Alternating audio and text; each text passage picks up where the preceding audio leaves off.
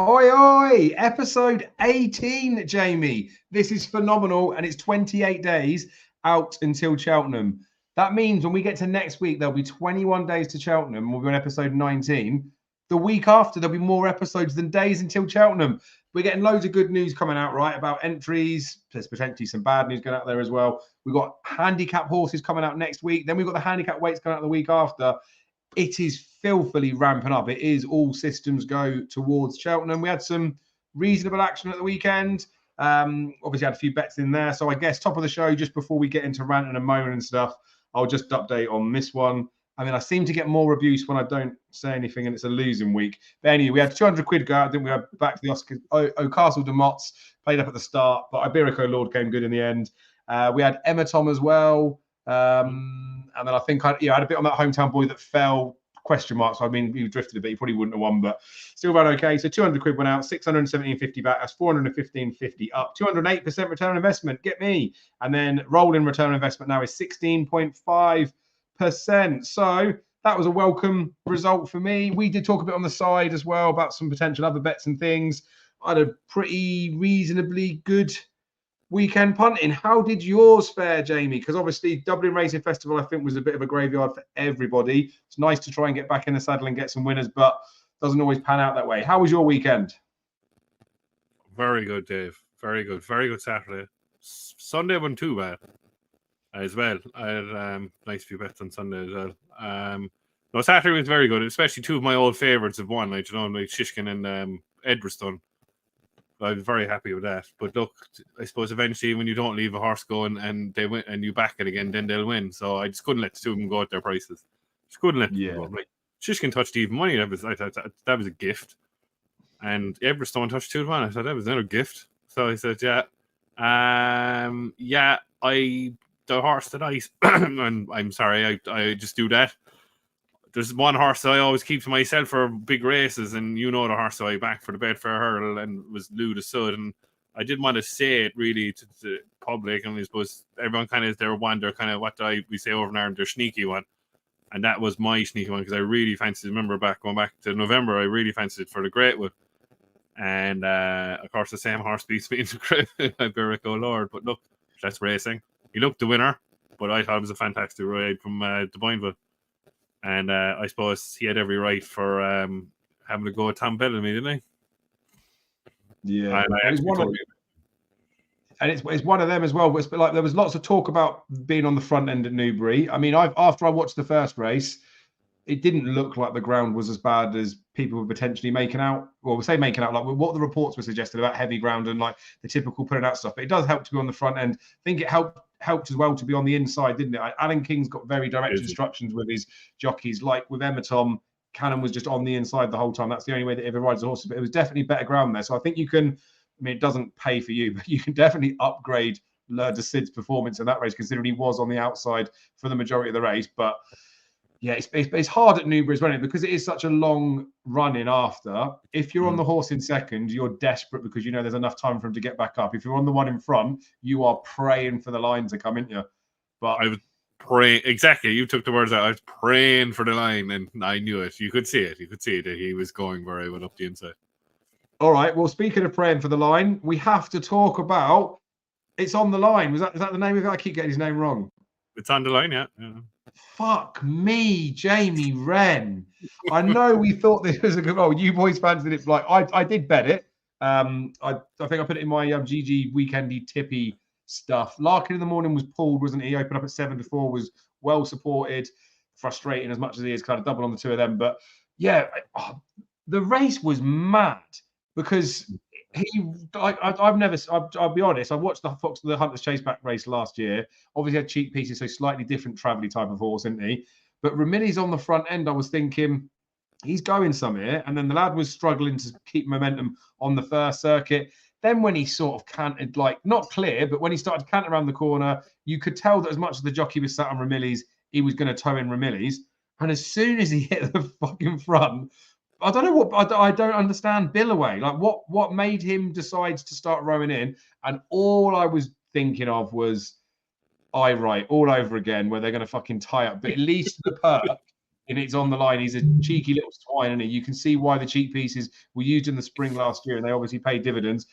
But I mean, considering what happened with Loda Sid, that would have been probably unbearable to see him get picked up, wouldn't it? Yeah, I suppose what's the old saying go? The Ollie Moore song. My heart skips a beat. That was singing in my head. Wow. Yeah, I was sweating on that day. I have to admit there, yeah. I'm like, remember he opened when we were messaging each other, it was 7-4. Like, I couldn't leave that go at 7-4 and Bet365 was unbelievable price. Obviously, it's an unbelievable price, but I thought it'd be an easier 7-4 port than that. Very strange race, but obviously they went. I didn't look time zone. I'm not into that part on the way, but they obviously went very quick because the Ramillies walked them, or the ground was too soft for Ramillies or whatever.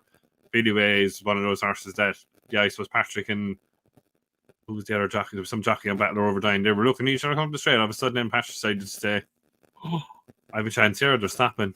So, look, he nearly got up, but it looked like when he got up that it's on the line went again. So he was obviously idling. My problem with him going over to the festival is that now as he just thrown it away, as he thrown it away.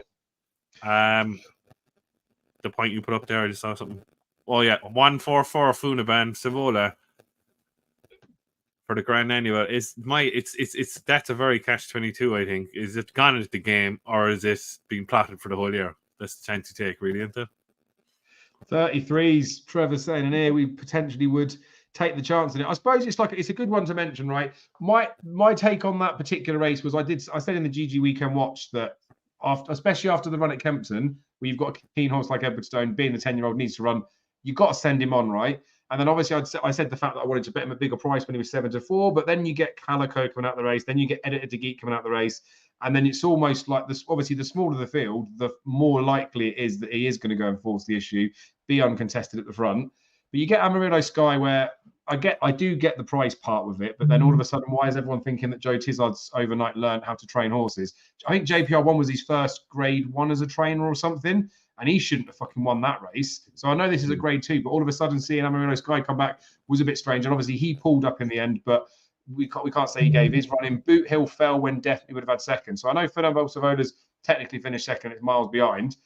But he was out on his arse as well. So yeah, but it's one of those, right? At the time of year, we talked about it just before we came on as well, didn't we? It's non-runner money back, right? If you can get top prices on horses, you're not even sure of targets or wherever they are. Now is the time to start tying some cash up in horses. And especially stuff like this, right? We do talk about value all through the season and everyone's got an entry point and all this sort of stuff. But if you fucking fancy something for Cheltenham, and you think the price is all right, bet it. Just if you want to, I don't know it's like potentially not the best advice in the future, but even for Cheltenham, right, you could back multiple horses in a race, especially these handicaps. You bet 5 or 6 of them. And I talk about doing cross doubles and block bets and all that type of stuff. Shove them in, especially the non-runner money back, and you get the concession back. Obviously, some enhancement stuff on the day, like extra places and all that type of stuff, can be a little bit better, but I mean, if you fancy one, bet it. Everything's got a price in it, and you can't. You struggle to crab anyone that's putting up a 33s poke unless it's genuinely like I don't know, like a really terribly bad horse, whatever. Like if you couldn't even feasibly put it in there, the Fernando Savola thing. The fact that he couldn't win that handicap the other day on good ground, I don't believe it. They're plotting with him. I don't think she's really that type of trainer. Didn't she kind of say in the interview? I caught some of it at Ascot on Saturday that he'd be better on better ground. But then she never exactly what you're saying. She never mentioned the race at Doncaster. It looked like it was thrown in to win the race at Doncaster or worse race. Do you know what I mean? I know, look, it was great at the weekend, but like yourself and Darryl fancied him that day, and I thought he was a good thing that day as well myself. And it just might, don't know what they're doing. Like exactly what you're saying. She's not really plot trainer, is she? Like, is she like, or does she? Most of her horses when they win at Cheltenham or anything where it normally is soft heavy in the going, like, really, isn't it? Yeah, and I don't know as well, like with certain trainers, like how open they are about issues or things that have happened with horses. Because I wouldn't say it for definite, but we all know Fernando Savola, like twice has won that Game Spirit, loves it like round a Newbury. You could look at the handicap run and say, oh, maybe it was poor because he's going to run well in this. And yes, he was never going to get anywhere near Edwardstone. But like I say, he was well handled by like a Boot Hill. He was Amarillo Sky. Obviously didn't run his race, so we won't really know. But don't know. There just hasn't been enough of a glimmer of it, but it's one of those, isn't it? You'll do your absolute head in if you've bet across the week. You've got 28 races to get stuck into, and he did pop up at a price, and you didn't have a penny on him. So they're not the best bets to be doing, are they? You obviously want to be going in with some confidence, but we're all going to throw away an amount of money on shit stuff, aren't we? And there will be far worse bets probably than that, and that will just be what we offer tonight. Right, Jamie, I know at the weekend when we messaged, because we were doing Tuesday instead of Monday, because we just sort of make up as you go along, didn't we? You had a bit of a rant, and you were fuming. You were more fuming than Scotty Rudrum is in the comments. But I think you've settled down a little bit now with it. But I still think it's worth potentially talking about because, I mean, you mentioned it before the show, but you didn't say it before. You were real angry about this. I mean, I've pitched out to be a lot worse than it is. But I feel like it's a good segue into all the stuff that's coming up as well. So, like, there has been loads of stable tours that have come out. We've got Willie's and Gordon's out. Year on year, I feel like we get less and less of a good bit of information for those. Even in a lot of Willie's comments in there, they're nothing new to what he said earlier in the season. You get channels as well, right? That Road to Cheltenham's awesome for the fact that he quote tweets the stuff, right? It's that I know you can go and look at the articles, that type of stuff, but it's so fucking easy to search a horse. It's name, like just go on Road to Cheltenham, search his account, search the horse's name, and you get the history through the season of what horses have said. I used to keep a glossary of them. I don't do so much now because with that. But I saw Racing TV, right? I was asking you about your rant, wasn't I? This is less of a rant, but it's a bit of a rant, I suppose. It fucking is a rant. Racing TV, right? Shared a quote in comments, right? And let's just remember, in the world of the internet, you can say anything and people will believe it, right? But if you're from a reputable company, right? And I haven't watched the video of Willie Munnins Stable Tour. Normally they do that. I went on YouTube to see if I could find it to see his exact words because maybe someone else had typed it incorrectly. But Willie Mullins said, and this is bad to say it's on the lines of because I'm having a go at someone for not quoting it properly, but Willie Mullins in the article that I read on the Racing Post said that he had been leaning towards the Brown advisories with Factor File. Not saying he definitely was, but he said he had been. That's what it said before. Whereas the Racing TV quoted Factor File for Willie Mullins in speech marks, I'm leaning towards the Brown advisory. He didn't say that. Like that's two different things. He said I was leaning towards it, or I've always been like leaning towards it, and now saying that I am leaning towards it is suggesting that he had different plans or whatever. It's like some sort of confirmation thing, and it pisses me off that people just misquote stuff, and they're fucking doing it deliberately as well. But that's a whole different thing, right? But there's going to be a couple more stable tours that are worth listening to. Like Henderson's will be good, especially for what he has to write about Under Control. Just purely for the fact of how many words is JP going to allow him to put into his column. And then we've got Paul Nicholls' stable tour, which I think this year he's having, like we've said in previous years, skips Cheltenham, goes to Aintree, which is still a fair comment. But I feel like in the past, if you looked at his yard, he doesn't have that many Cheltenham type horses. This year, he's probably got a few more. Leads a little bit into you and your rant, I think, isn't it? So I don't know if that's wound you up more or calmed you down, but let him have it, Jamie. The world is your oyster. I'm just more wound up there that Scott Rutherman have the Leroy's, the balls put in the rant, like, and I'm doing it for him. The lazy French, whatever, so and so. But he anyway, did just say that he's left the live feed. Oh, baby. But anyway, the man in black, as we call it now, the man in black. But anyway, the man in black. But anyway, no, it was like during after, like I was very happy, I suppose, and delighted with T-Shan's run on Sunday. I think he's a very good horse for the future. And look, horse went last week for 740,000. You know what I mean? And it's like everyone cribbing Nichols, like, you know, there's 740, like run the bloody horse, like. And I actually look. Paul Nichols say, who is he? God knows I know nothing. The ordinary Joe. So what do I know? Have I trained a horse? No, I have been up on a horse. I know how to ride a horse, right? I'm going to crib Daryl Carter there now when he nearly fell off a horse and he's coaching Carter thing. Like, I'm like, oh my God almighty. Daryl, I'll teach you how to ride a horse. There's no problem there. But anyway, but like obviously he's going to say, what do I know about training a horse? Do you know what I mean? But like 740 grand, they don't care how much it costs, to be honest with all that crowd. It doesn't. I'm not speaking out of turn there. But 740 grand and you can go up around the gallop and this crap like of that, they have to acclimatise. Look what Quick Silios did, and who was the other horse that won 2 weeks after going from, was it Gordon Elliott to Henry's Brahma, and they wanted the Cheltenham Festival, right? This acclimatisation is a lot of crap, in my opinion. Fair enough, his gallop might be stiffer than Gordon Elliott's. I understand that part. But then, like, a horse could go up the gallop, 740 grand, and good luck. Do you know what I mean? run the bloody horse. Mhm. Like, he's been running all year. What's the difference if he's acclimatizing for 3 or 4 weeks? But look, John Hayes, I suppose, is a huge thing that John Hayes just wants to win the World Cup. Look, fair play to him. Wouldn't you love to have a horse like that? And he's had great success in the game, and he's a successful businessman. I wouldn't crib the man. I'd love to see him win a Gold Cup because he's so many great horses around there through the years. But for the sake that the horse has been running all year, I think it's completely... It's just robbing the public of a good spectacle. And that horse is a decent horse. There's no doubt about that. Then you flip it around being a hypocrite. They're trying to mind him, and I understand where they're coming from. Do you know what I mean? But I think it's just poor. Like, it's poor. But the only thing is, like, then the cribbing Henderson and then Constitutional. People never really crib Henrietta Knight when she ran best mate in the King George in the Gold Cup one year. Do you know what I mean? People forget those things. So there's sides to every argument of running horses. I totally agree. But the other side of now getting onto was like Scott was saying to us during the week that a lot of Johnny Delahaye horses, which is fine and look a great owner, and would you love to own half the horses he's owned, and Johnny Delahaye can do what he wants because he's had a lot of success in the game. But it's the same type of horse he has all the time, like Adonis, like Kempton horses, really, Dave. To understand, I'm not being cribbing Kempton. And then Court come out straight away, then said that he might not go to Cheltenham. Like, the owner had captaincy in the bumper last year, but Paul Nicholls seems to have this thing about Cheltenham now that he has the 4 or 5, 6 group, a man who's had multiple successes at Cheltenham and trained one of the best horses you've ever seen in your life. 2 of the best horses you've ever seen in your life over a Gold Cup trip. And now he won't run the bloody horse.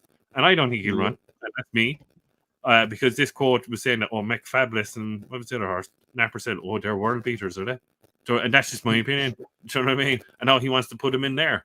So, I don't know. It's just like... And then I watched a snippet on Twitter about Kay Tracy, Barry Geraghty, Nick Luck, and Tony McCoy. And Tony McCoy, they all made sense. There's no doubt about that. But Tony McCoy made the best point I think I've heard from anybody is saying that this festival was designed for the best of the best, about the 3-4 day crack and the 5 day crack, right? But this was designed, Cheltenham, for the best to take on the best. I don't think it's happening anymore. It's diluted. I totally agree with him. And if it was me as a diehard fan, no, I love the 4 days. I'm not going to deny that. But he has a point with going back to 3 days because the dilution is getting out of control, number one. And then they have the cheek, some people, to say that Willie Mullins is too dominant. But you've diluted now to suit the racing public. You can't go back on your word. And then you won't put the best against the best because Willie Mullins might have 2 or 3 in a race. So, do you know what I mean? So, yeah, rant over. But I'd love to see Tijan. I think he's a really good horse. RPR wasn't great, but you have to admit that was nearly close to unraceable ground on Sunday at Exeter. I think he's a really good horse. I really do. I really liked him. And on to better things. But I'd love to see him in a bumper because that bumper's wide open. Yeah. Well, it does. Yeah, it does look like Tijan will go, doesn't he? But I know what you mean. Like, it's painful when someone's bought a horse, and if it had probably gone to any other yard, it probably would have run at Cheltenham. And it's why that trainer has a better view of things than everybody else. Like you say, us Joe Public, what the fuck do we know? But if that had not moved from Gordon's yard, that would have been running in the Supreme. And it's the same as, because Gavin Lynch put up a fair point as well, didn't he? That, like, testament to the man, he was saying that none of the horses moved from Gordon's to Willie's, like almost like a respect type thing or whatever it was, or maybe he didn't want to buy them or just whatever it was. Maybe it wasn't by design, but it possibly was. But it's that type of stuff as well, isn't it? That, like, it's an opportunity to take a horse from somewhere and then go and win some races with it. But the connections know that as well. There's a reason why the owners like Johnny Delahaye and the Hales and Ferguson, all that sort of stuff, don't have horses with other trainers because they like the method that Paul Nicholls goes down, which is gets the best out of them, like legends in their own lunchtime kind of stuff, innit? I guess it's similar in football to like Matt Letizia, innit? Like, we'd rather be a legend and get some, like, be the legend at Southampton than go and sit on the bench for Man United or somewhere else. And I guess that's his point. He doesn't want to just run horses that might get beat. But in Ireland, they don't really give a fuck if they get beat, do they? That's why Willie's got more success as far as I'm concerned. And Gordon had it to an extent as well. But it is annoying. I don't think reducing the Cheltenham Festival down to be the problem. They need to just, if it's that bad, they need to fucking burn Aintree down to the ground. That was coming on to my next point that I never said, Dave. Really, they're look and understand the fact of they have to look after owners, right? And I think their attitude now, like Gordon Elliott is now when it comes to Punchestown, and it's like Paul Nicholls' attitude to Cheltenham, is that there's soft grade ones to be won in Aintree. And that's just my opinion. I think most of the races, half those races in Aintree could be downgraded from grade ones. Some of them, and even at Punchestown, could be downgraded from grade ones because it's the Willie Mullins show. But look, Aintree now is slowly becoming Paul Nicholls versus Gordon Elliott. It showed it last year. Because Willie Mullins don't really target it. Willie Mullins might have his third, fourth strings there, really, does he? No, really, he doesn't really have a... I know Zenta won the 4-year-old card that came into my head straight away there because it was the first day.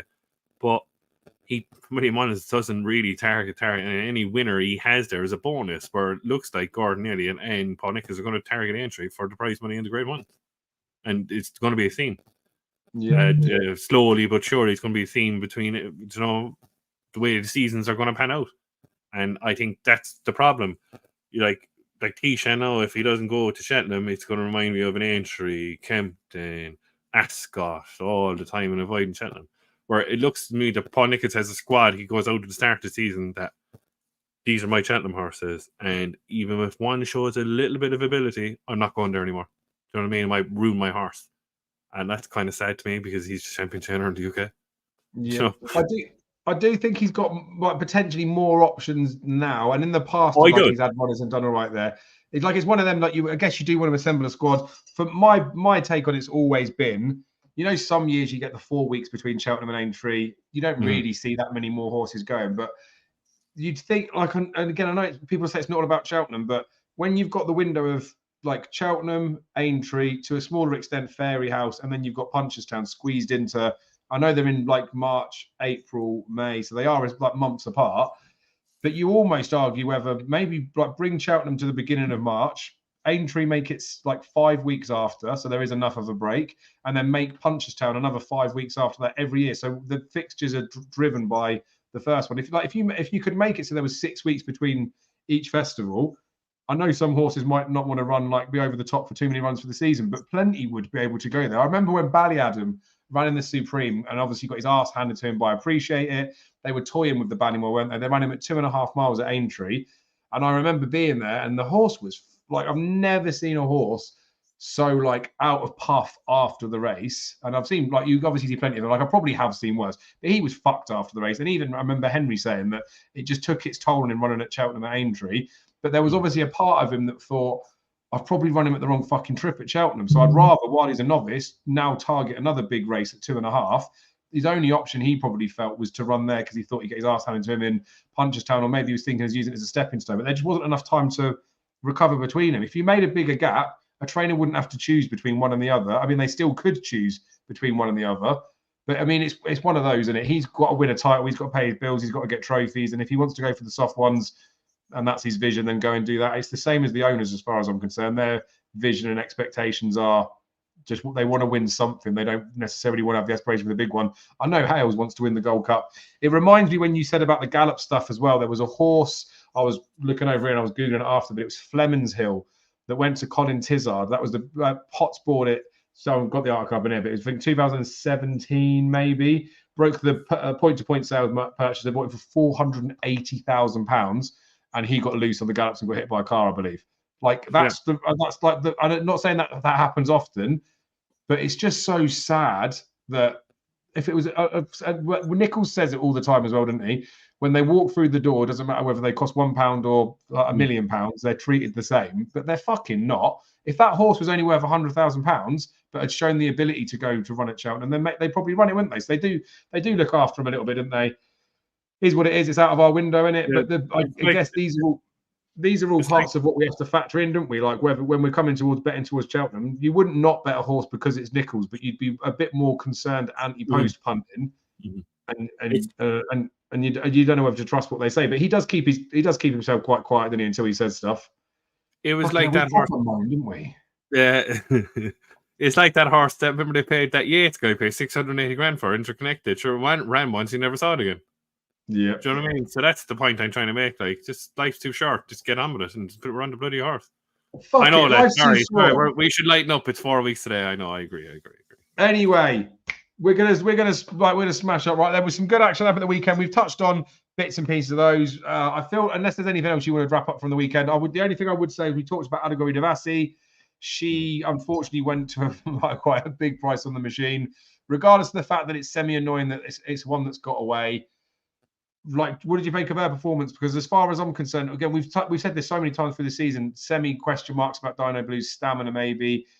I think Adegori Devassi's the one to beat in the mare's chase, and I kind of half thought that before the weekend. The fact that she won after the drift and she was comfortably on top, wouldn't she? It's almost cemented it in there. So I feel much more confident now going into Cheltenham and potentially having a good slap up on Adegori Devassi. What do you make of her, mate? Yeah. I suppose would you be worried at the start? Like she was jumping like galloping the Shanton and the Chandorkin up to the wing and the whole lot. But they kind of cut each other's throat up front there, Mascala and Riviere to tell. I couldn't understand the gamble on Riviere to tell. I know she ran well, but she doesn't win left-handed. Do you know what I mean? But she ran well, and you could see Adegori Devassi was going to pick her up. She's still the horse to beat, really technically last year, like second last year. And like she headed Impervious up the straight, like this Impervious out battled her. Yeah, I'd be very worried about Dino Blue, and maybe I might be very worried about Adegori Devassi in a battle up the Cheltenham Hill. The two of them, and they could be picked by. You know, I still like Limerick Glace, and she probably is about £10 off him still. But like she's been improving all year, and sometimes, as I always say, with some horses, it's their year. Do you know what I mean? And you just keep back. Well, yeah, back. She wants to win, didn't she, as well? Like you wouldn't doubt her resolution. Whereas Adegori Devassi, you always would, for the fact she doesn't get strings of ones against the name, does she? I'm probably just chasing the fact that I wished I'd backed her at the weekend. Like but... she's still technically, she is technically, you know, like I backed her like ages ago to win it, like because of. At the start of the season, you couldn't see anything back in her bar Impervious, but obviously you heard about the rumor about Impervious was injured, like, do you know what I mean? But look, I'm happy when we put up in the anti-post video 8-1 each way of Limerick Glace, and I've backed Adegori Devassi, I think like 5-1, 5-6-1, something like that. And I'm happy where I am. I haven't touched Dino Blue. I still think she's. I don't think she'll stay in a battle. And I exactly what I said. I'm repeating myself. I'd be worried about two of them in a battle. Yeah, it was an interesting one. I thought because we hadn't talked too much about that one ourselves anyway, I might as well just bring it up. There's loads of stuff going on this weekend as well. I stuck another anti-post bet up because I had a few quid on Delta work because I just can't believe that you went out to like a 5-1 thing. There's going to be lots of that at the minute where there's going to be, I don't know, opinions formed by bookies. And there was a comment on the YouTube video where I obviously don't know for definite, but people were saying that when a bookmaker pushes out a horse this close to Cheltenham, they know something that we don't, kind of stuff. And I like if it's like a Betfair sponsored one, I would buy into it a little bit more. But there's no reason for William Hill to know anything about Gordon's. He's done his stable tour. It isn't any of that stuff as far as I'm concerned. You need to remember, right, that bookmakers will have anti-post liabilities on certain horses. And when they get closer to the festival, the same as we might start to have covers. So let's just say, for example, you've backed Ballyburn at a price, but you haven't bet Mystical Power, and Mystical Power ends up running on the day. You might want to get some cover on Mystical Power. The bookmakers do a similar thing where they have to sort of balance their books a bit. So they'll have to invite people in to have a bet by putting their prices out. So just keep an eye on a lot of the markets. Like, I don't want people to waste their life like I do, but I'm skimming fucking odds checker in the Betfair Exchange on multiple occasions through the days in the build up to Cheltenham now to get those little clues about whether the people aren't running or whether you can cash out or whether there is even just a bookmaker that clearly wants to get a book like a horse on side so you can get a few quid on, but by the buy in it. So anyway, Deltaworth's going to fucking win the cross country. For this weekend, Jamie, have you had a look at any of the racing? Not really, no, Jeff. To be honest with you. Was it the Ascot Chase? I mean, there's loads on Saturday. Go on, you can go through them, and I might come in and might magically inspire me. You wouldn't know. I mean, they're not very inspiring races, I'll be honest with you. So Haydock's got the mare's hurdle that You Wear It Well was supposed to run in but didn't run in. Is going to run this weekend. I'm hoping I can nick some 4 to 5 again. And runs. You're hoping you're going to nick 4 to 5, yeah. But we'll see how that one goes. They've also got the Rendlesham hurdle, which historically has been a pointless race for pointers anywhere. Maybe you might get some handicap type clues in there. It looks a pretty juicy race on the anti-post entries. Botox has it in there. Red Wrist, Butch, Nemean Lion, Sounds Russian, Lamilos. But again, it's not really anything for festivity clues. I will just say on that one, though, Strong Leader, who I didn't think was going to go there, but could have run there because he's not in the Stairs Hurdle, is being targeted at Aintree for their 3-mile race. So that could end up being a juicy one in the end. There's also at Haydock one of the worst races. It's not one of the worst. It's just bad. They got the Albert Bartlett Prestige Novices Hurdle, so it's a grade 2. Again, I don't think there's any points towards Cheltenham, but looks like an okay, nice enough race. But meh. So just mention them. So there's a couple at Haydock there, but Ascot's where the better stuff is. We have got the Reynoldstown Novices Chase. So in the Reynoldstown, we have got Apple Away, probably, and I'd say probably, but very much likely to run in there. Brave Kingdom for Paul Nichols and Harry Cobden's in there as well. Kilbeg King, that obviously ran behind Hermes and LA Francais in the Counted Stars Novices Chase, is in here. He's also in the Swinley Handicap Kilbeg King as favourite, where I want to say our friend, I'm sure you would have backed Victorino before. Victorino's back at Ascot, back up to 3 miles. So he's one that I may have had a few quid on already, 6-1 top price, and I may suggest that you bet him. But yeah, Apple Away running that Reynoldstown Novices Chase. That's like a bit of a boaty race tradition, isn't it? Over the years, we've had winners of that go and win it. I think Copperhead maybe won it before. Manella Rocco was second before he went on a national hunt chase. Apple Away should win that, shouldn't she? Is there a prep towards? I heard she might be running the Ultima now. So is there a prep? Like a lot of horses prepping the Ultima for that. So Copperhead did, didn't he? Yeah, she have a handicap mark. 141. She wouldn't be wanting to be going any higher, would she? No. Do you know what I mean? If she goes any higher than that day, she'll have to run in the Mayor's Chase. Do you know what I mean? That's just my opinion. If she wins the weekend, they give her £7 or £8, which they won't. English handicap doesn't seem to do that. Like, she'd have a chance off of 145, 146, in my opinion, in an Ultima. But the only problem is she'll want the lead, and she'd probably want to set it up for someone else, like in an Ultima, where in a small field Mayor's Chase, and she'd be better off. Just leave her off. I don't know. I can't understand. I know she's a novice. I can't understand why they're not targeting the Mayor's Chase, because she likes to tear her off, and it's 2 miles, 4.5 in the Mayor's Chase than the new track. I know it's more galloping track than the old track in Cheltenham. But I just can't understand why they're not targeting that, because it's a wide open race. You know what I mean? And a smaller field will probably suit her, because she can dominate. Where an Ultima is going to be 24 runners. But look, she's a boat, isn't she? And she'll be Aintree bound, I suspect, wouldn't she? I suppose she could be Aintree, and she might not even run at Cheltenham. No. But yeah, but I think she's due to run here anyway. She might go. Depends on the performance. Well, I think she'd win. Like out of that field, what you're saying there, she should win that. Like 11 to 8, you can get top price of Hills, but obviously the anti-post rules apply. So if she didn't run, she wouldn't go. But she'll be one I'll look at. I don't 100% know whether I trust her, if I'm honest. Also at Ascot, we have got the Ascot Chase. I've touched on the Swinley Handicap Chase where Victorino still 6-1 GSI.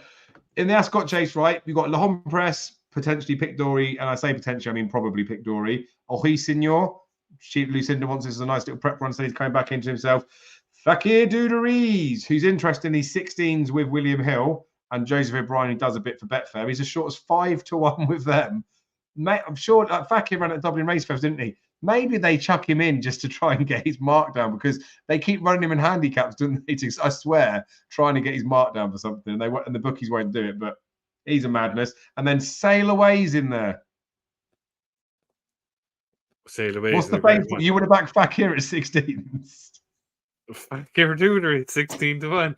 Yeah, surely exactly what you're saying. Are they trying to do a Langer down on it, Dave? Trying to get a 4 or 5 pound off and stick a I'll give you the good news, right? But obviously they've entered him in a British race. 160 is his BHA rating now. And when I put him up against Fugitive, just saying he was a massive price, and he did stay until 5th. He was 162. So they've managed to get him down a couple of pounds over here. So surely they run him and let him go out the back and then see if they can drop another couple of pounds, and he shits home in the plate. And if they stick a decent 4 or 5 pound claimer on him in the plate, he'd be down to the mid 150s. Yeah, I see your angle. 100%. One of us could fucking ride him. He's like an absolute dude to ride, I guess. But La Homme Presse, probably definitely will win. And I know it's hard when they're an 8-11 shot. I was kind of half hoping that I might get a little bit of a price to better, but I mean, bet him. I'll have to just leave that one. But it looks like a nice enough race, doesn't it? But you would expect La Homme Presse to be shitting over in that, really, wouldn't you? Even if it's the wrong way around from him, really, technically, Dave. But look, he still ran a great race that year in the King George, and he hung all the time. So, I mean, if he's any aspiration... Gold Cup. He Like, did he'd win have to course win and that. distance as well, didn't he? He won. He did. Yeah. I can't remember what it was. It wasn't a handicap, was it? He won a handicap before. Anyway, yeah, he's won round there anyway. So there's that at Ascot, which is quite nice. Fakir Dude was going to shit him in the plate. And I've told you the one that they won't, it isn't quoted yet, but that's going to win the other one. And then we'll stick him in a double. And we will be rich. I'm sort of like just aimlessly clicking on the racing post. Talk amongst yourselves, keep yourself busy. That was the goodness there. There is, again, right, a race that you will get so excited. No, get out of it, Dre. But the good thing is he's priced short enough that I won't be able to bet him anyway. Wincanton, one of your favourite tracks. Oh, God. Scotty Rudderham, Rebode is running back on a flat pancake track. It is heavy ground in the Kingwell hurdle. Goshen. Goshen's in there. 9-2 he is. Nemean Lion, Colonel Mustard, Guards Dream, Sonagino under control. Now, for all of my sins, Goshen is in an Ascot handicap. He's been shit at Ascot, hasn't he? He's jocked up at Wincanton, essentially. Do you remember when Goshen absolutely beasted? I'm just getting the name of the fucking horse up. Adagio, wasn't it? He gave him half a stone. And admittedly, it's not that they're necessarily the best form, but I'm probably going to bet Goshen this weekend. Fuck all of you for whatever you're going to say about it. I will probably bet Goshen if he runs in the Kingwell. But Rebode back on a flat track should do it. Would the ground be a worry for you? Heavy ground? Scott, are you as well? Huge worries the ground, Dave. 100%. Yeah. Look, Wincanton is his track, and look, he might get away with it if he gets a soft lead. But I'd be really worried about him on soft ground. If I was having a bet and of all the rest of them, I would probably back Nemean Lion, even though Nemean Lion's partner is Nemean Lion in the Rendlesham, but Nemean Lion on heavy ground over 2 miles and Rubo setting it up for him, I'd be on Nemean Lion anyway. You mentioned Colonel Mustard's in there, like Colonel Mustard will just finish second probably or something like that because he just doesn't like winning that horse. He's just soft to finish. But he's in the Red Mills hurdle as well, I think, on Saturday or Sunday. Yeah, but he's being backed over here for this race. Yeah, I'd say he'll go there. But look, if Nemean Lion turned up here on heavy ground against Rubu will just go quick enough and set it up from Nemean Lion. So I think Nemean Lion win that. Yeah, and he'd get, what did he get? £3 from Rebode. Colonel Mustard gets on nice terms, to be fair. But anyway, we've got the Kingwell hurdle where I'll probably be losing some more money on Goshen. I might take a swing at him now and just stick 25 on for the sake of it, and then just not include it on all my bets. Oh my God! Right, there's another one. Right, I need to go back to this. Right, this was one that I was going to wait and just send it to you, but considering we've only got 76 people viewing it, no one's going to ruin the price for it. No one's going to want to bet it anyway. However, do you remember very early in the season? I mean, it wasn't that long ago, but I bet a horse called Zonda, and Zonda didn't win. Handicap debut. They stepped him up in trip, had the tongue tie on. And I wouldn't want to make too many excuses for him, but a lot of people said that John Joe didn't give him the best ride, but he hasn't been seen since that race in December. Now, that was on good ground. This weekend's ground's going to be worse, but he has got a couple of entries. 1 over 2 mile, 5.5 at Wincanton, and then he's also in the novices handicap hurdle instead of just a normal handicap hurdle over 3 miles Saturday. So I'm probably going to lose some more money on Zonda as well. Fuck me, all my bets is going to go to shit again, isn't it? What was the other one at Wincanton? I think that was just the one at Wincanton. Over in Gowran, I think I mentioned the Red Mills hurdle. I mean, doesn't look that great, to be fair. So the Red Mills trial hurdle, the grade 3, it's got Colonel Mustard in there, but like I say, he's been backed over here. Zarak the Brave's in there. What's Up, Darling? Langtree Lady. Load of shit. But like Zarak the Brave will just hose up in that, won't he? Yeah, 100%. They'll run him in the champion early. He's a chance to be third in the champion early, isn't he? If you're inclined to bet that, do you know what I mean? Do you know, if you're looking at the angle of an empty post and finish third, he might be it. And then I don't know, right? I don't know about this. Have you looked at Gowran, who's in the Red Mills chase? No, I haven't. Go on, tell me. Right, hold on to something so you don't fall off your seat. Fernie fucking Hollow.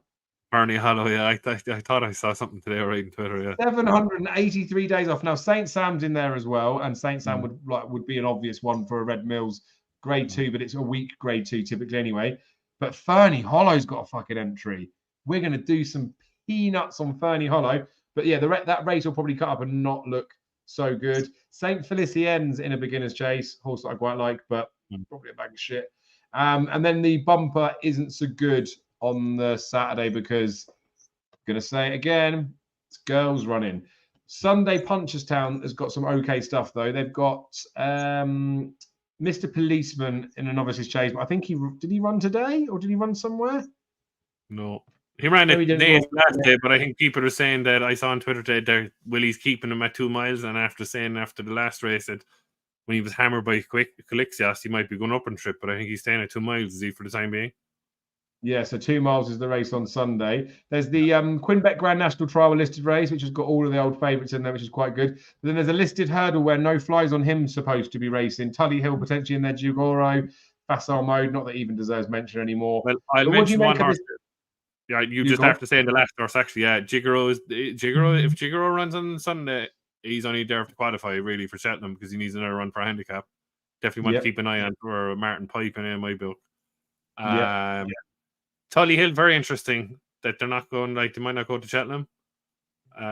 Is he still? I think he's still in the Supreme. I'm certain he is.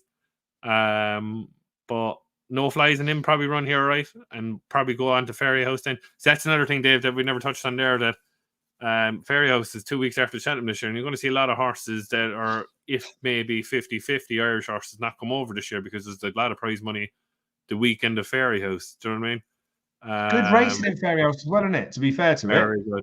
It's very good. Like you could see, the weekend on Sunday, if there were brighter days ahead winning, like it did what it had to do. Like Hidden Valley Lake is not entered at Cheltenham. They could go there to Ferry House. Do you know what I mean? It's I think Henry mentioned handicaps for Hidden Valley Lake at Cheltenham. What's that? Yeah. In the 150s.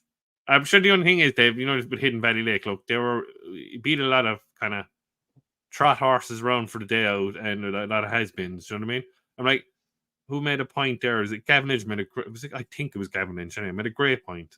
Or was it Johnny Janine about a horse like Ashtail Bob, right? And he said, how can this horse not be dropped? He has no chance in graded races.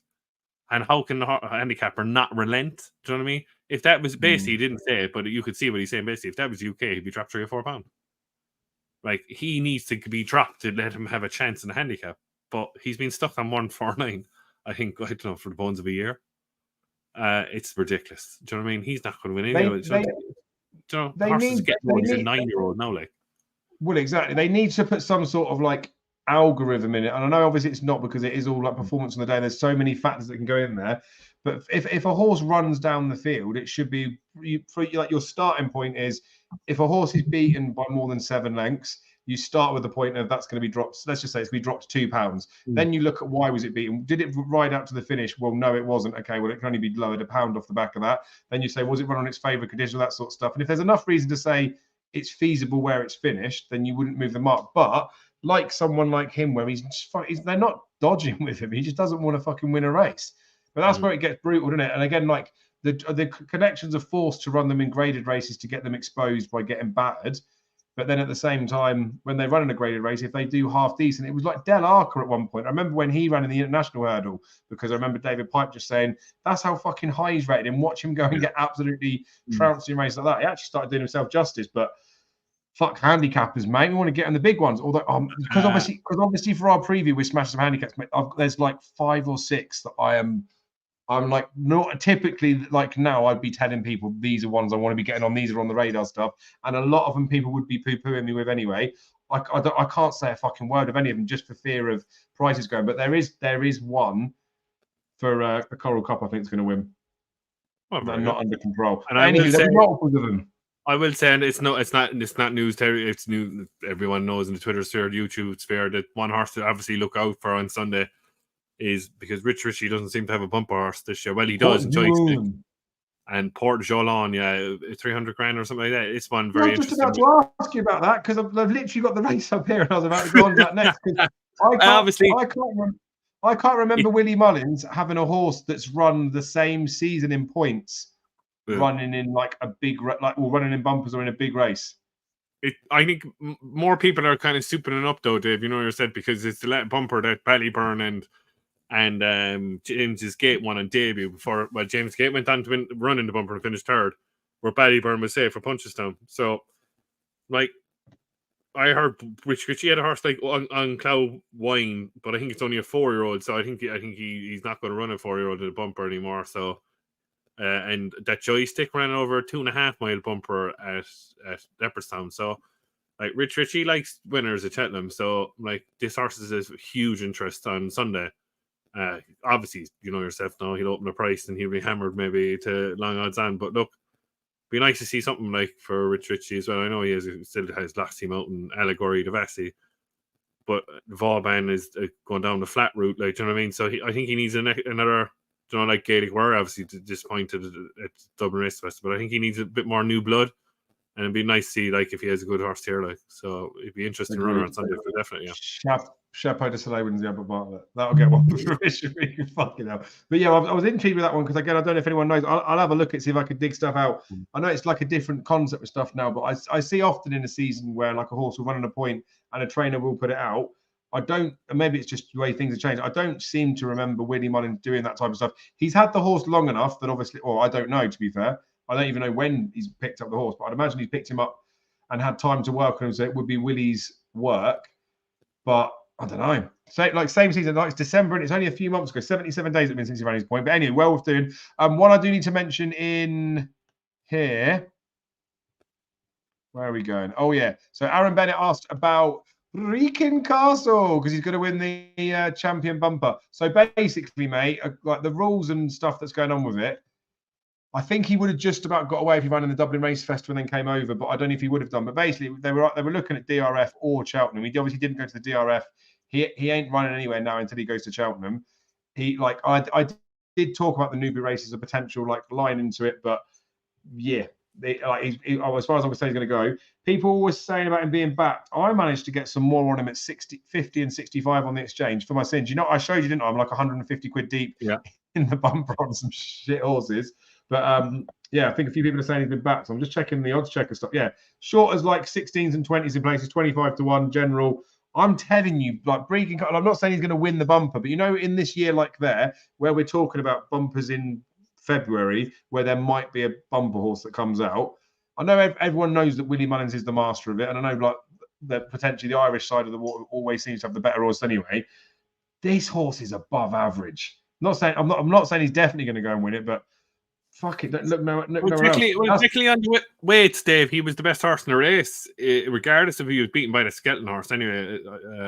Chunks he had to give her.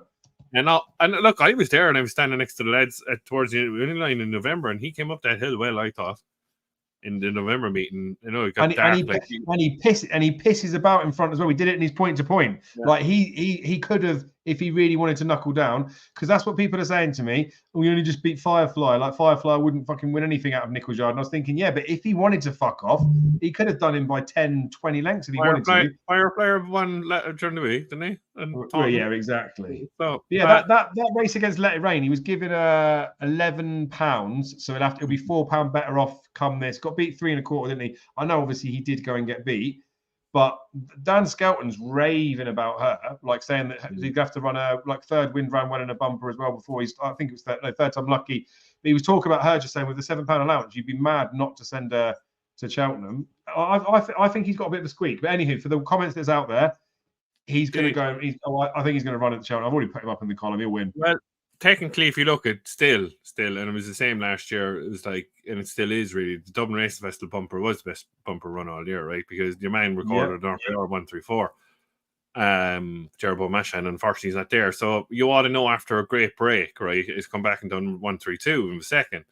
But obviously, we never touched on it until I watched it, and then everyone copped it, that Yellow Clay got stopped completely in the run. And I think if Barry O'Neill had that back again, you could be seeing a different story. And I think, you know, like, he'd record a higher RPR than Jerbo Mashan if he went around the whole field. And look, 50-50. I'm not saying he'd beaten Jerbo Mashan, but, like, technically, he probably would have beaten you, ought to know. Do you know what I mean? If he didn't get stopped in the run. So, like, he looks a decent bet now each way in the race. But look, it's wide open. Like, you could have a right turn up. You could have a Q card here. Like, you know, like, no offense to Q card, went on to be a great horse. which Well, you could have. even the Briars Hill, the year that he won it was 25s or 33s, I think.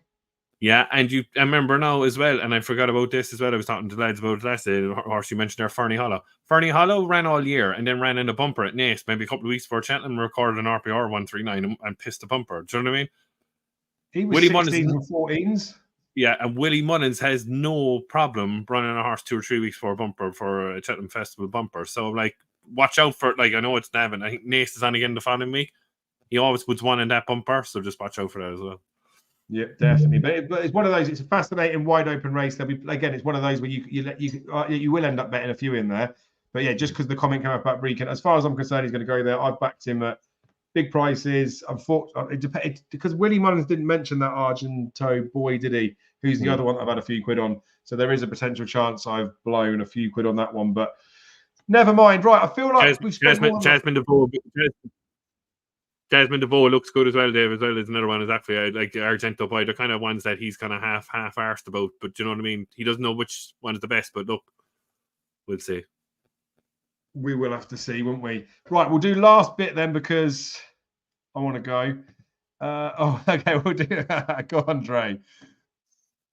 My rant is people saying Grey Dawning is a better horse than Stay Away Face. Skelton is going to go for home too soon. Harry's going to pass him easy. Thoughts on them two, right? Because obviously there isn't potentially much between them in the betting and the way that people are seeing them.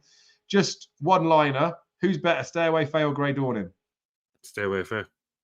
Correct answer. Well, it's good. This is what I do. I only socialise and talk to people that have the same opinions as me. Wacker Clan for the Kim Muir. 16-1 non-run and no bets. Thoughts? I have no thought. Do you, Jamie? Won't be good times, any. Aye. Lads, can I hear your thoughts on Monty Starr for the Browns? I like Monty Starr. I mentioned him a long time ago. I can dig out the clip if you want, when he was 50-1 with Bet365. So I've got a £6. I don't even know how I got bet credits. I think it was from a concession from a horse that ducked in some stools. I think. Anyway, I've got £6 on him, and then like another 18. I've got about 20 cent quid on him just under that, 18.50. I think on him at 50s. I mean, obviously off the back of that, I think he's got a bit of a chance. I like him. He looks a nice traditional type horse. That Brown Advisory this year. I mean, if Factor File goes there, I don't think he's going to be an emphatic winner of it, but obviously he's a major, major player. If Willie doesn't run him in the Turners, I'm going to... Willie always knows better than we do, but I'm going to be fucking frazzled in my head why he wouldn't run him in the Turners. Get fucking running arrangements for JP and all that sort of stuff.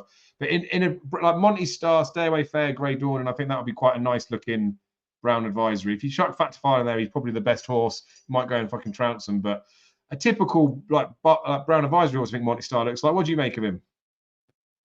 The Monty Starr running in the Barbara Bartlett last year, yeah? I think he was he 50s in the Albert Bartlett? Yeah. There's a big difference now, right, Dave? And I'm going to go ranting now about people tipping bloody Monty Starr, right?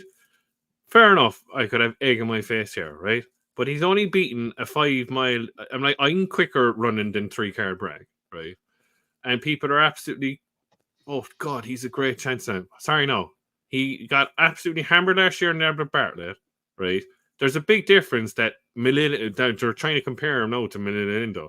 Milindo won the Albert Bartlett, by the way, at 50-1. Monty Starr was at the back of the telly. Come on, get a grip. Sorry, can't have him. Nice. I mean, he did beat Hidden Valley Lake, so the form's been franked. That's what people buy into, though, didn't they? Where was Hidden Valley Lake in the Albert Bartlett? No, I know, but that's what I mean. That's the bits that go in there as well. A match bet versus right. This is going on. There's some true judges that I understand. I understand and I'm going to piss in their chips now. I'm sorry. Like, there's some good true judges, and I know very good judges on Monty Starr. But remember, he was stuffed in the Albert Bartlett last year, and he's not Milindo. Move on. Fair one. Oh, yeah, I took a swing on him at a big price, so I'm glad that I did for that. Oh, if you're happy with a big price, Jesus Christ! I'd be delighted in your position. Again, being a hypocrite, I'd be delighted in your position, but I couldn't. I think he's 7 or 8 to 1-ish now. Maybe could be wrong. Well, I put it this way, right? And this is me. If Factify, which I think now Factify will run here in the Browns, right, Monty Starr is not going to finish it above Grey Dawning, Stay Away Fair, and Factify. So forget about that. Yeah, I agree. Yeah, like 70 is top price. So that's the thing with the betting for that Brown Advisory as it stands, with us not knowing where Factor File goes. there is still anti-post betting within there, but like there's basically 2-1 Factor File, 100-30 Stay Away Fade, 9-2 Grey Dawn, 6-1 Monty Star. Then it's 7-1 Embassy Garden, who's not even going to fucking come here. But we know that obviously of those first 4, Factor File, Stay Away Fade, Grey Dawn, and Monty Star, definitely 3 of those 4 are going to run. And potentially if all 4 of them do run, then it means that like something's got to move out a bit, in it. Like one of those, like whether it's Monty Star, Grey Dawn, they've got to be pushed out a little bit, haven't they? It's an interesting one. What was there any other questions? I'd say I thought now Embassy Gardens would actually go here into the Browns, but it looking like, isn't it, from course now? Look, you wouldn't believe what Willie Mullen said. To be honest, after what happened with Gaelic Warrior there to Dublin Race Festival, but it looks like Cocoon, or was it Nick Rocket, might be staying at home. There was a quote there that they could be. I know. Yes, and he won't like Cheltenham. He was second in Albert Bartlett. I know. Like, another painful one because I did tip him up, but like. I know that, but like that could change, Dave. Do you know what I mean? That could change, but like if that's the case, then obviously Embassy Gardens is their number one. Then, like, do you know what I mean? Yeah, and also with it's all those bits in there. If you talk about Embassy Gardens going to the National Hunt Chase, people then look, well, what's his best horse for this race? And Factor File's near the front of the market, so people assume that. But then you go down to the Turners, which will be an even easier race to win, and it's maybe the trip. I don't know. It's the beauty of the bingo, in it. We don't fucking know. I backed Factor File before we ran at the Dublin Race Festival for the Turners, so I want him to run in the Turners. But so did I. Like it would potentially be an easier race, wouldn't it? But I like. It's up to them how they swing him about. And he's obviously a good enough horse that you would imagine he probably would win one or the other, doesn't he? Well, like it looks like they're going with the original, what they've decided all year, really, Dave, if you think about it. Fast Out of Vega, Arkle, Gaelic Warrior, Turners, and Factor File, the Browns. Do you know what I mean? Where I go, I would keep, if they're going down, say, one single horse for each race, if you know what I'm trying to say to you, I would keep Factor File at the Browns. I'd have Fast Out of Vega and the Turners, and I'd Gaelic Warrior and the Arkle. That's the way I do it, but look, what do I know? Yeah, and the worst, the thing is, you could move it all about, and you could, like, any sort of permutation is actually plausible. Yeah, given our horse have performed recently, haven't they? One lot, right, this is the last question we're doing because it's basically bedtime. Can't be asked anymore. Lads, do you ever just do place bet without the win pile? Always do each way bet? Is it ever worth it, especially when, say, 7 places in some races? So I do place bets. I'm sure you do as well, didn't you, Jamie? It's hard. It's hard with some of the concessions of how to play stuff. So the bumper Punchestown, I think it was a real big one for this. I think it was American Mike, right, that ran in the race where, let me see if I can pull it up and see what the prices were. Because I remember the 4-man list who was on Twitter, when he's sharing lots of stuff, but like a very knowledgeably type person, was he wrote an article on this one, so you can go back and watch it as like a reason for betting him. Right, so what it was, so it was after Cheltenham when he came second to Facile Vega. Facile Vega was like a short price for the race, and basically there was 3 places up for grabs, so it was 9 runners in the race, and American Mike opened up at 9-2. Or 7-2, I think he was, but it was like, so basically it was an each way bet for nothing. So the place part of it would have paid like 4-5 type something or something similar around that. And what he was saying was, in the instance of this, where you've got a real short price favourite and then this one's relatively short after, he was 1-3 to place on the Betfair exchange. So his argument was, you do the each way bet, you can lay the win part on the exchanges, and then you've got like a good value free roll on the ones after. So sometimes when you look at it, as much as the place part might pay 4-5, if you just bet it place only, you wouldn't get the same price as it. But then sometimes you do, right? Sometimes you'll put an each way bet on a 25-1 shot, and just to bet it place only, it might be 5-1 anyway. So it does all depend on how things are priced up. But like, say, like the Betfair hurdle would be the classic example of it, and everyone was creaming over that Skelton horse that actually jumped off. Can't remember the name of it off the top of my head. It's going to annoy me. Someone in the comments will know. What was the Skelton horse that actually jumped off? Where's Headgear? This is his last chance. Refused to race a few times before. 100-1, I think he was. Anyway, people were tipping him 7 places, saying that bet him each way because if he jumps off, he's no chance. Like whatever it was. Yorksea, that's the one. Cheers, Scotty. Yorksea. So basically, Yorksea, I thought Yorksea was Gary Moore. Gary Moore. Sorry. Sorry. That's why you couldn't tell me who it was. But so he jumps off. People were tipping him at 100. On the exchange, he was still like 150 for the win part of it. But the bookies, because they're doing 7 places, shorten him into 33s to take, because you're just betting the place side of it. So it's like, yes, I do just do place bets. But ultimately, like not 9 times out of 10, if I'm betting on anything, it's because I think it'll win the race. If I think it's got no chance to win the race, but like it's a banker place, I would do the place only bets. But I don't necessarily so much look for them. Do you look for them? Place betting to me is the old classic cliche, Dave. It's price based, in my opinion. It's like you're saying, like, if you've got 6-1 first three, and then it's 4-1, 9-2, 4 places, you're going to go with the 4 places, aren't you? I know you're kind of going a bit of safety net, do you know what I mean? But you are going because the 9-2 is still a good price, but 4 places, do you know what I mean? It's very price driven, in my opinion, and look, Bet365 is very good for it, in my opinion. But I'm very price driven when it comes to that. And it's the gamble you say, obviously, but it's down to a price-based decision for me if I'm going into the place market. Yeah, and if I ever do it, I would purely be betting it for the fact that I would think that there's no chance of them actually winning the race. Because sometimes with the each way ones, like if you've got an 8-runner race and you could only have it between 3 horses, and one of them is like 5-1 or something like that, the sensible scummy each way thing is it's definitely in the places, so you've got your money back. You're free rolling for the other part of it. Whereas a place, well, if I ever did a place only, I would be terrified of them. Like, I wouldn't want to think that they could actually win the race. But sometimes you can weight it differently, right? So if you're backing something at a massive price, say like Yorkshire at hundreds or whatever, you could potentially have like, say, and this is just not real money, but say you were going to have £50 each way, but really you think to yourself, I'll be happy if it just fucking placed. You could just have £90 in the place market and then have a tenner on it to win, just in case it upsets the odds. Because on the exchanges, the bigger priced ones, you get monster prices. So yes, we fucking bet on anything, but it is all price stuff. I'd rather try and stay away from like the place only bets or the smart ass ones because they don't come around that often. And yes, you can buy a bit of money, but for the faff, the hassle, and the stress of it, one bet's not going to make you rich, but one bet could quite easily make you fucking skint if you don't trade it or arb it or something.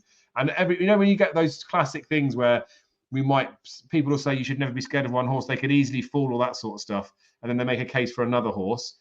You think to yourself, well, everything you've just said there about the horse you're taking on is true of your horse. Mm-hmm. Like you're saying any horse could fall, and then you're betting a horse. Yes, your horse has got just as much chance as the one that you're saying could fall as well. So like, you have to be careful just to not look for a bet for the save, didn't you? But we won't have that at Cheltenham. We'll be able to smash loads of them up. The good thing I will say with the play stuff is request a bets for Sky Bet.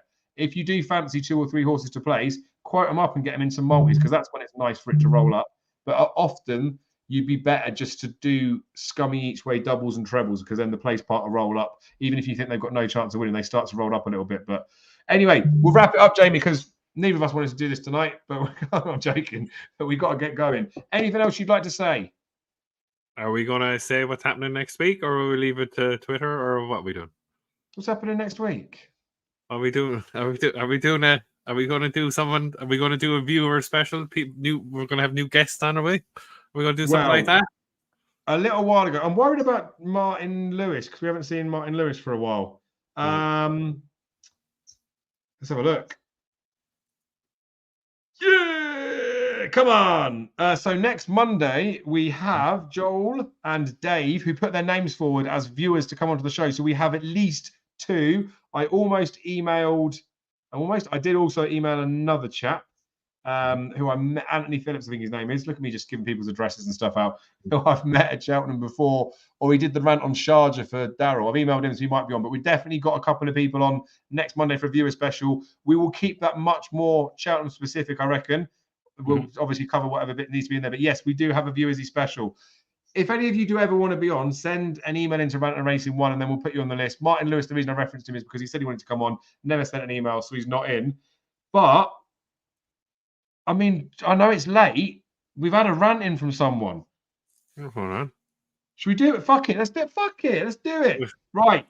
I don't know if they're anonymous or not because I haven't read through it yet. I won't say their name until the end. Get OJ on the viewers special. We could, couldn't we? There's Joel. Yeah. By the way, Joel won the competition for the live we did. And I put £25 on Salvador Ziggy for him. I got him 10-1 and only got 9-1 myself. So sorry, Joel, you only got 9-1, mate. I'm joking. He's got his 25 on Salvador Ziggy. Evening, Dave. Long time watcher, first time rant. 2 rants for me today. Fucking hell. Bumpers.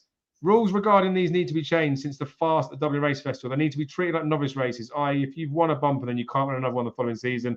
Also, no X point-to-point horses. They've been over fences already wider than the experience going in a bumper.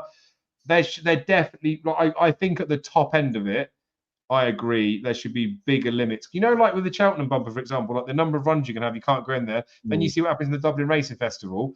If you, I get this. I get it's like it's a discipline, but they're supposed to be educational for further down the line. If you've already had fucking 7 runs in a bumper, what education are you going to learn from going there and again?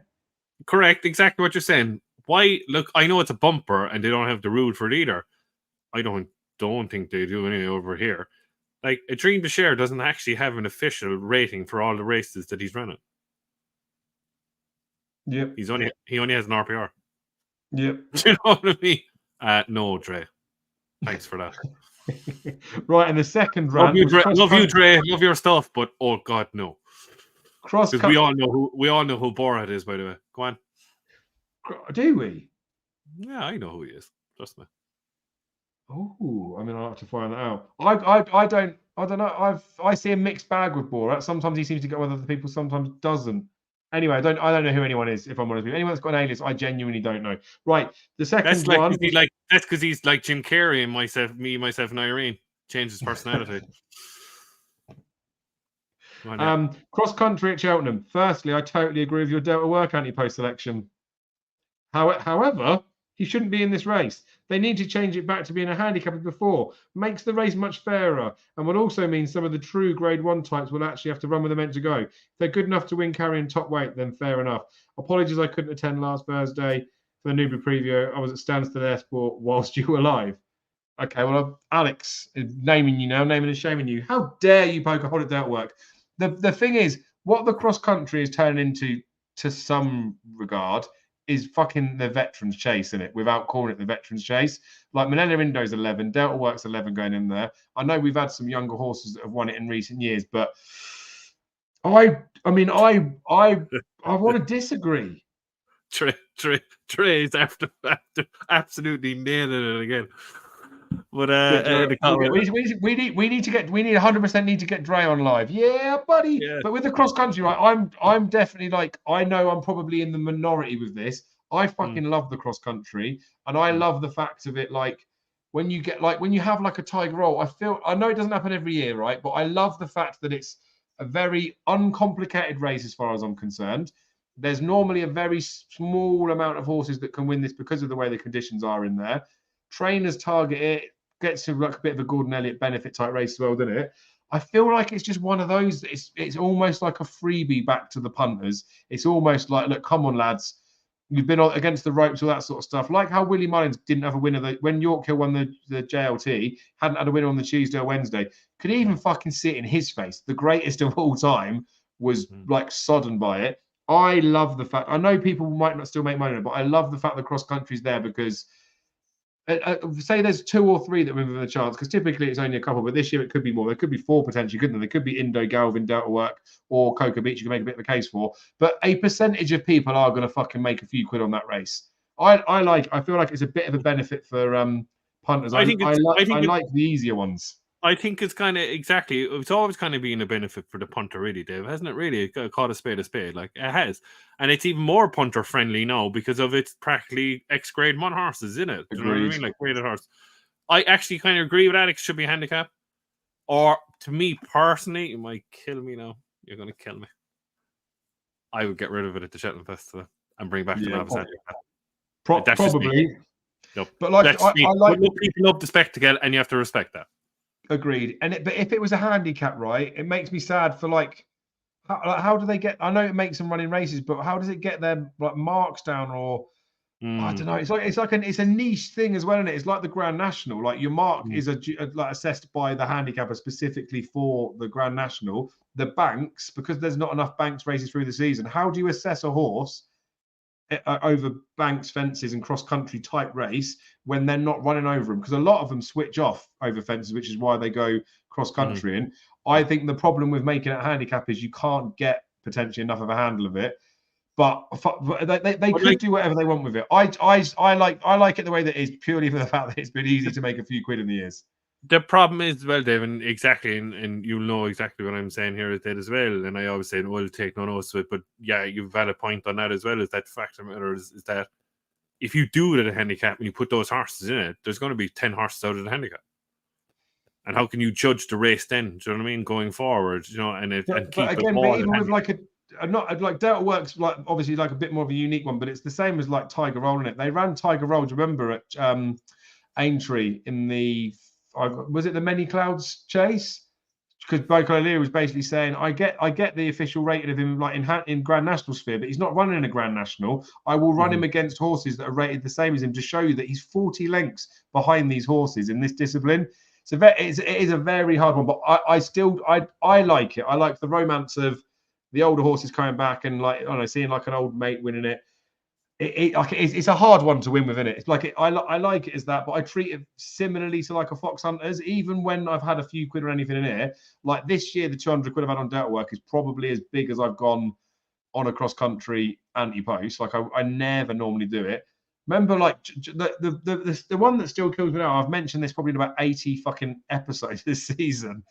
Is when Josie's orders got done by Any Currency was drugged up.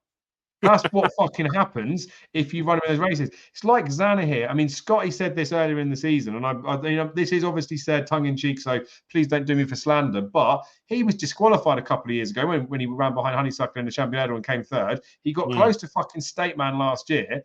Open looking Arkle. Xana here with a little bit of extra in him. Cheltenham, he likes it, but that's the thing with it, right? I don't want it to be. I don't want people to get that desperate for a race, and like that with a handicap.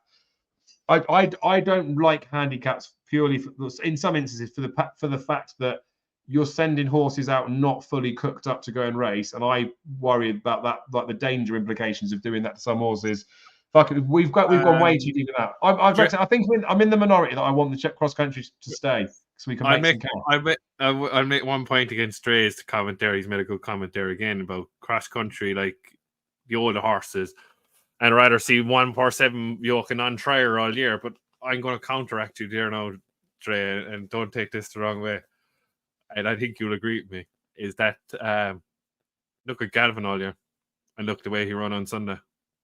Galvin's gone over twice, hasn't he? Trotting around off top weight, runs a very good eye-catching race in the Boyne, and he's primed now for the thing. So that's the other side of it too. So look, there's an argument for both sides. There's huge arguments for both sides. But look, it's there. It's going to be a conditions race from now on. And look, just get on with it. Yeah. But it's like this, and it's like the Kim Muir. We've got a handicap for old ploddy boaty type horses, haven't we? I understand that. Imagine like I'm glad I've read this right now, but imagine I don't even know what fucking Manella Indo is now. But like is Manella Indo even like 160 still? Let me just double check. I know it sounds really bad. He is like he's officially in the 160s. I'd say is he 158, 159 in top? Yeah, well, 157 he is. But like with a like you could, I mean, to be fair, I mean you probably could run Manella Indo in a handicap of a 157. To be fair, when they're when they're like high numbers, I know Froden did it with like a weight carry and stuff. But I feel like when they are genuinely getting old, maybe that's what they should do for the qualifying criteria for some of these races. Maybe it should be age and rating or whatever it is. Oh, fuck it. I love the cross country. This year's going to be decent as well. Fuck you, Alex. Even though you're probably right, mate. I'd be serious. I know he's won a Cheltenham Gold Cup, right? And he ran well off top weight. Like, I'd be seriously worried about Manella Indo over 3.5 miles. He don't fucking stay, does he? Look at Delta Work. Delta Work was like, what's third behind Karatz Rambler or second? Oh, no, behind Noble Yates or second behind him. He unseated the year that Karatz Rambler won the national. Probably would have won that. COVID ruined the year where Tiger Roll was supposed to go for another one, and he maybe would have fucking won the race. Delta Work stays. Manella Indo. I question that. I question his stamina in there. But fuck it. Look at us. The cross country's had more coverage than any other race. We fucking nailed it. Right, we've gone overboard. We've gone way far. We've gone for more minutes than we've got viewers watching this. Why isn't Brave Man's game in the cross country? That's what the race was made for. Very good. Another thing I'll quickly touch on as well with Manella Indo, just for the purpose we talk about the cross country, right? He has always jumped banks, as far as I'm aware, right? Ever since he's been chasing at home, he's a horse that to freshen up and to do stuff. Do you remember Gary Moore took Gosham for a walk in Tesco's car park, didn't he? Because he wanted to do something different with him. Henry Bromhead, a bit more traditional. I think he mentions it in a recent stable tour that he's always jumped the bank fences. So I know people will say he'll come on for his first experience over the discipline, but he was jumping bank fences when he was winning his Gold Cup. Like, it isn't a new thing to him. And that the same might be true for Delta work as well. I don't necessarily know. But you know, when you see a horse that runs first time over the obstacles and then you think, oh, they'll improve for it. Like, look at Statler. Just never travelled in the race, whatever, and people might say it improved for it. It wasn't the fucking obstacles that cost him. It just wasn't. We're never at the races. The same as like Cocoa Beach, first run over fences that's good. They're not going to improve like a horse first time over fences or first time over hurdles for going over the obstacles. They know what they're fucking doing when they go over them. I think they either jump or they can't jump over them. But anyway, this is fucking cross country life, isn't it? Cheers, Alex. We'll have to be careful when we do the preview night not to spend this much time on the cross country for sure. Yeah. But it's a good looking race anyway, isn't it? Yeah, definitely. Right. Done, didn't we? Let's go. Let's go to bed. So next Monday will be the viewer special stuff. No one else that's allowed to come on that hasn't already emailed in, but you can email in and we'll get you in for another one, whether it's nearer the time or something like that. The Cheltenham Exchange did ask if we were doing a actual Cheltenham preview on YouTube rather than just a live one. Nothing will happen until we've done Toaster in terms of me telling you what I'm smashing up in the handicaps. And I do appreciate, like, it's a bit of a trek for some people to get there. And I'm not trying to do this to be an arsehole and say to people, like, force you to have the information to go there. But at the end of the day, if you can get there, there's quality dog racing. I spoke to Kevin, the track owner, today. He's got the bar open for us upstairs. He's given us the whole restaurant. He's moved the people in the restaurant to boxes. He's got the bar open. He's got food, like, sat there for us if you want to have the refreshments or whatever. It will be a pretty decent night. And some of the things we've got planned for the evening do not work if the word gets out. So we're basically going to smash the pants of some bookies and tell some home truths live. So be there or be square. Obviously, if you don't make it, that's fine. Won't feel bad. But I appreciate, oh, yes, Dre's coming. Look, 3 hours of the train. That's the spirit. There's a few people coming on the train. The dogs as well, mate. We're going to smash the shit out of the dogs. But anyway, that's going to be good. But we will do something after the Toaster thing at some point. Potentially some information from that particular preview. But, mate, me and you can't get enough about fucking talking anyway. We will do a proper one for it. The date is the 13th of February, Mooga. But the preview's on the 3rd of March. But, yeah, get there. It'll be good. But, yeah, we'll still do something after. We'll still be able to get people in. We'll like tell everyone our fancies. But, yeah, we'll do some sort of thing nearer the time. We've also said before about potentially going through some people's anti-post selections. So we'll do that in another episode, maybe the following Monday or so. We'll do it on a Rant and Racy type one. It'll be a semi-different thing because timing's always hard with that, right? In hindsight, it's very easy to grab people's tips in it because obviously at the beginning, so it will be slightly different to what I did before because we picked them out in the middle of it. But there will no doubt Leona Mayer is going to get paid for William Hill to put another video out. She's going to have 2 minutes and she's going to say that Blazing Cow's got a massive chance of the National Hunt Chase or something along those lines. And again, not to crab her, not to have a go at her about it, but it's the same as Robbie Wilders when the Racing Post put out him tipping up a horse for the Grand National when it's not eligible to run in there. Someone needs to stop it before it goes out. Like, we can all say stuff, we can all ask help or whatever it is. It's the fact that, like, there's a bundle of people that don't necessarily know stuff. The Grand National one was for Robbie Wilders was a very, I guess, more niche one, right? Plenty of people could have come unstuck on that. And I've said plenty of stuff in the past that I'd say was less obvious than common knowledge. But there'll be some fucking absolute howlers. Well, hopefully there'll be some howlers. The thing is as well, Jamie, I know you're busy with work, etc. But as soon as I see any of these on Twitter, I will crop them. I will send them to you and say, we've got to quickly get a video out. Because, again, I'm not being mean. I know I didn't particularly take the banter very well with the finishing line, lads. And I'm not trying to do this to, like, pick holes or anyone or anything like that. But, like, some of it's just a bit funny in it. So I need to come a bit thicker skin with it. That's just no one else has got the effort to crop my bad tips and comment a video on, have they? But if they want to do that, go and do that. Right. Like Dre said, the show was ending 3 hours ago. We need to go to bed. Jamie, as always, I really, really appreciate your time, effort, and stuff. It's fucking Cheltenham in 4 weeks. Come on. Right, we're going to bed. Good night, everybody.